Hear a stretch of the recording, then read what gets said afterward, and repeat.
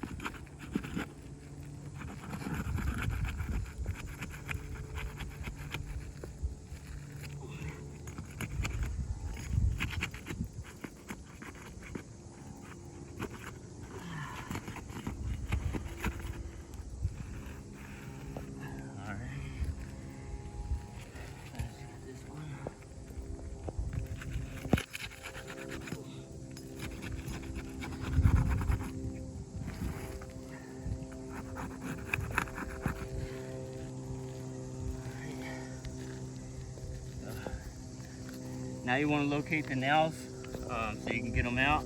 You just go under the shingle with this. You want to do this without lifting the shingle above a 45-degree angle. And without this roof snake here, that's almost impossible. That's why we have this tool. It's a great invention. I hope whoever invented it's on the beach right now enjoying their life. They deserve it.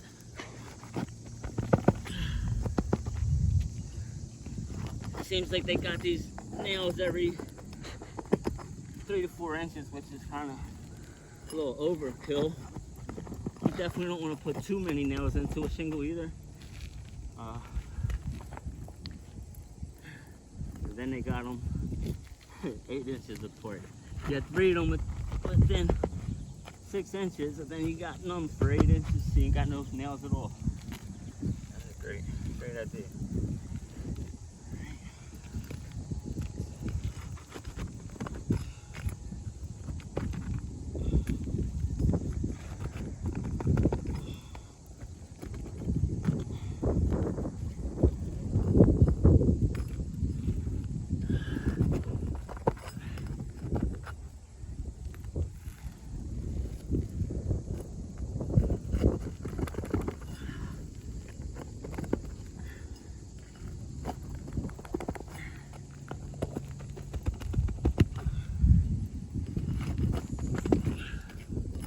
Rip right through. Usually that means there's now some too deep. Rip right through. Strike zone. Let's see.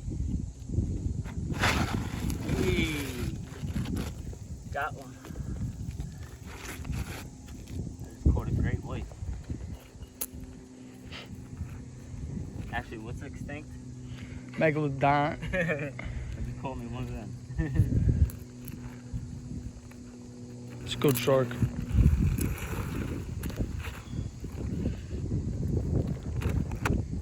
Alright. I'm gonna put my tools down. I'm gonna hold these shingles up just to show you the size of this shingle here. And the new ones are bigger. So all the discontinued shingles are smaller than these. Here I'm gonna put this up just to show you the size difference. Start on this side so you can see that's how much bigger the new shingle is. As you can see, it's lined up here. I'll add it here on this side so this way you can see again. For me, in order for me to repair this and put a shingle back in there, I would have to cut that tar line off right there in order for this to fit this size, and you would be ruining the integrity of the shingle, which, you know, it'd be just putting a band-aid on the issue instead of, you know, resolving the whole issue. That's one of the biggest problems here. Even if this repair was successful and I didn't damage anything above it, you know, like I said, next storm, same thing. So we'll be back here repairing it again. I'm going here, put this shingle in here. Like I said, it's a little bit bigger. I'm not going to cut it.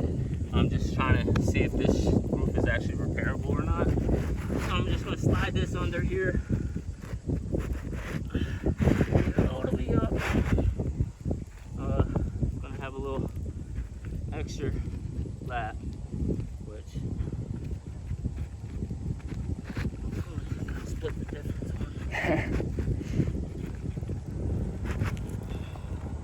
Alright, so grab some of my nails, try to proceed, put these back in here, see what we got. Like I said, I will send this shingle out for an ITEL.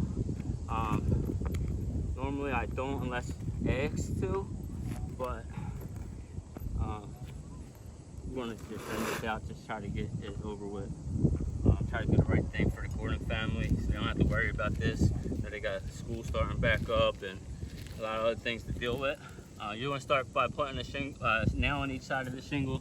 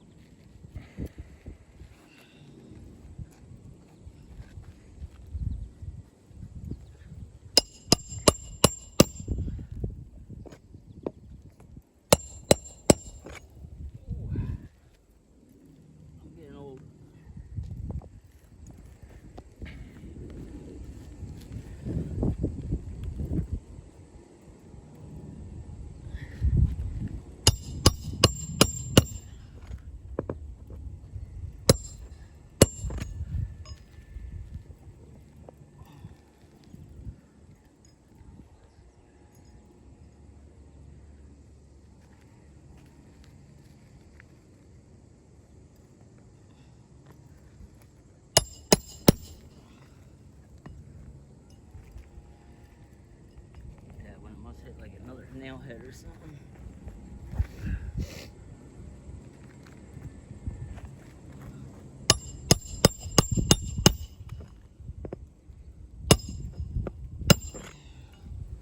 The shingles are all like, the dragon's teeth are popping off of the shingle. starting to crack and show all through here as I'm putting the nails back in. And I'm barely lifting the shingle up, as you can see. I'm getting it up just enough to put this underneath and make sure that I'm putting the nail in the right spot. Then you set your nail like that, lift it back up, go under, and drive the nail all the way in.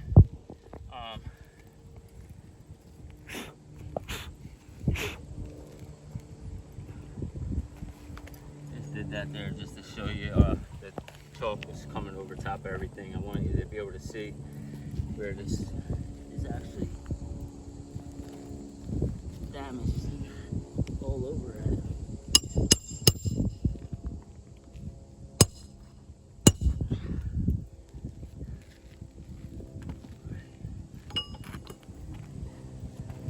I'm gonna grab the camera off of my cameraman here. Just bring you a little bit closer so you can see. Sorry if I flipped the video upside down. Like I said, you can't see unless you're up on it. As you can see, all through here, this is all like coming off of it. Like I was trying to explain to you. You can see on the sides here.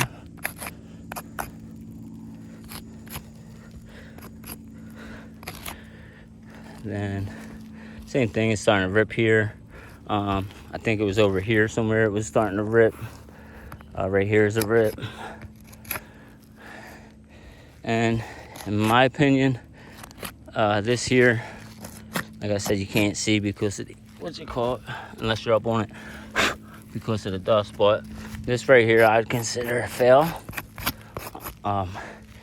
You know, we did this the right way with the right tools and tried to repair this. Even if we had the right shingle to fit, you know, I don't think this repair would be successful. Even if the roof did pass a attempt to repair video, as you would call it, a brittle test.